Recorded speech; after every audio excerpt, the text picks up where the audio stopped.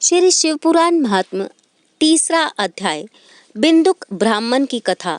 श्री सूत जी बोले, शौनक सुनो, मैं तुम्हारे सामने एक अन्य गोपनीय कथा का वर्णन करूंगा, क्योंकि तुम शिव भक्तों में अग्रगण्य व वेद वक्ताओं में श्रेष्ठ हो। समुद्र के निकटवर्ती प्रदेश में वाशखल नामक गांव है, जहां वैदिक धर्म से विमुख महापापी मनुष्य रहते हैं। वह सभी दुष्ट हैं एवं उनका मन दूषित विजय विभोगों में ही लगा रहता है। वह देवताओं एवं भाग्य पर विश्वास नहीं करते। वे सभी कुटिल वृत्ति वाले हैं, किसानी करते हैं और विभिन्न प्रकार के अस्त्र शस्त्र रखते हैं।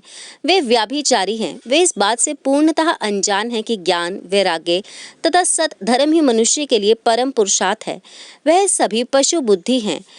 अन्य समुदाय के लोग भी उन्हीं की तरह बुरे विचार रखने वाले धर्म से विमुख हैं। वह नित्य कुकर्म में ही लगे रहते हैं एवं सदा विषय भोगों में डूबे रहते हैं। वहाँ की स्त्रियां भी बुरे स्वभाव की, स्वेच्छाचारिणी, पाप में डूबी, कुटिल सोच वाली और व्याभिचारिणी हैं। वे सभी सद्व्यवहार तथा सदाचार से सर्वतः शून्य हैं। वहाँ सिर्फ दुष्टों का ही निवास है। वाशकल नामक गांव में बिंदुक नामक एक ब्राह्मण रहता था।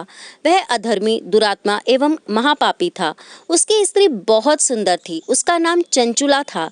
वह सदा उत्तम व्रत का पालन करती थी, परंतु बिंदुक वैश्यगामी था। इस तरह कुकर्म करते हुए बहुत समय व्यतीत हो गया। उसकी स्त्री काम से पीड़ित होने पर भी स्वर्ग धर्म नाश के भय से कलेश सहकर भी काफी समय तक धर्म भ्रष्ट नहीं हुई, परंतु आगे चलकर वह भी अपने दुराचारी पति के आचरण से प्रभावित होकर दुराचारिणी और अपने धर्म से विमुख हो गई। इस तरह दुराचार में डूबे हुए उन पति पत्नी का बहुत सा समय व्यर्थ बीत गया। वैश्यगामी दूषित बुद्धि वाला वह दुष्ट ब्राह्मण बिंदुक समय अनुसार मृत्यु को प्राप्त हो नरक में चला गया। बहुत दिनों तक नरक में दुखों को भोगकर वह मूढ़मती पापी विंध्या पर्वत पर भयंकर पिशाच हुआ। इधर उस दुराचारी बिंदुक के मर जाने पर वह चंचुला नामक स्त्री बहुत समय तक पुत्रों के साथ अपने घर में रहती रही। पति की मृत्यु के बाद वह भी अपने धर्मों से गिरकर पर पुरुषों का संग करने लगी थी। सतियां विपत्ति में भी अपने धर्म का पालन करना नहीं छोड़ती। यही तो तप है। तप कठिन तो होता है, लेकिन उसका फल मीठा होता है। विषयी इस सत्य को नहीं जानता, इसलिए वह विषयों के विष फल का स्वाद लेते हुए भोग करता रहता है। एक दिन किसी पुण्य पर्व के आने पर वह अपने भाई बंधुओं के साथ गोकर्ण क्षेत्र में गई। उसने तीर्थ के जल में स्नान किया एवं बंधुजनों के साथ यत्र तत्र घूमने लगी। घूमते घूमते वह देव मंदिर में गई। वहां उसने एक ब्राह्मण के मुख से भगवान शिव की परम पवित्र एवं मंगलकारी कथा सुनी। कथावाचक ब्राह्मण कह रहे थे कि जो स्त्रियां व्याभिचार करती हैं, वह मरने के बाद जब यमलोक जाती हैं, तब यमराज के दूत उन्हें तरह तरह से यंत्रणा देते हैं। वह उसके कामांगों को तप्त लोहे दंडों से दागते हैं।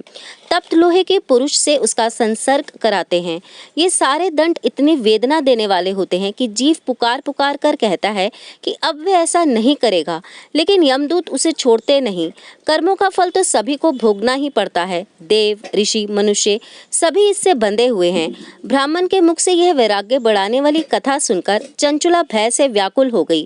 कथा समाप्त होने पर सभी लोग वहां से चले गए। तब कथावाचक वाले ब्राह्मण देवता से चंचुला ने कहा, हे ब्राह्मण, धर्म को ना जानने के कारण मेरे द्वारा बहुत बड़ा दुराचार हुआ है। स्वामी, मेरे ऊपर कृपा कर मेरा उद्धार कीजिए। आपके प्रवचन को सुनकर मुझे संसार से वैराग्य हो गया। मुझ मूढ़चित वाली पापिनी को धिक्कार है। मैं निंदा के योग्य हूँ। मैं बुरे विषयों में फंसकर अपने धर्म से विमुख हो गई थी। कौन मुझ जैसी कुमार्ग में लगाने वाली पापिनी का साथ देगा? जब यमदूत मेरे गले में फंदा डालकर मुझे बांध कर ले जाएंगे और नरक में मेरे शरीर के टुकड़े करेंगे, तब मैं कैसे उन महायातनाओं को सहन कर पाऊंगी? मैं सब प्रकार से नष्ट हो गई, क्योंकि अभी तक मैं हर तरह से पाप में डूबी रही हूँ। हे ब्राह्मण, आप मेरे गुरु हैं, आप ही मेरे माता पिता हैं। मैं आपकी शरण में आई हूँ। मुझ अबला का अब आप ही उद्धार कीजिए। सूत जी कहते हैं कि शौनक इस प्रकार विलाप करती हुई चंचुला ब्राह्मण देवता के चरणों में गिर पड़ी। तब ब्राह्मण ने उसे कृपा पूर्वक उठाया।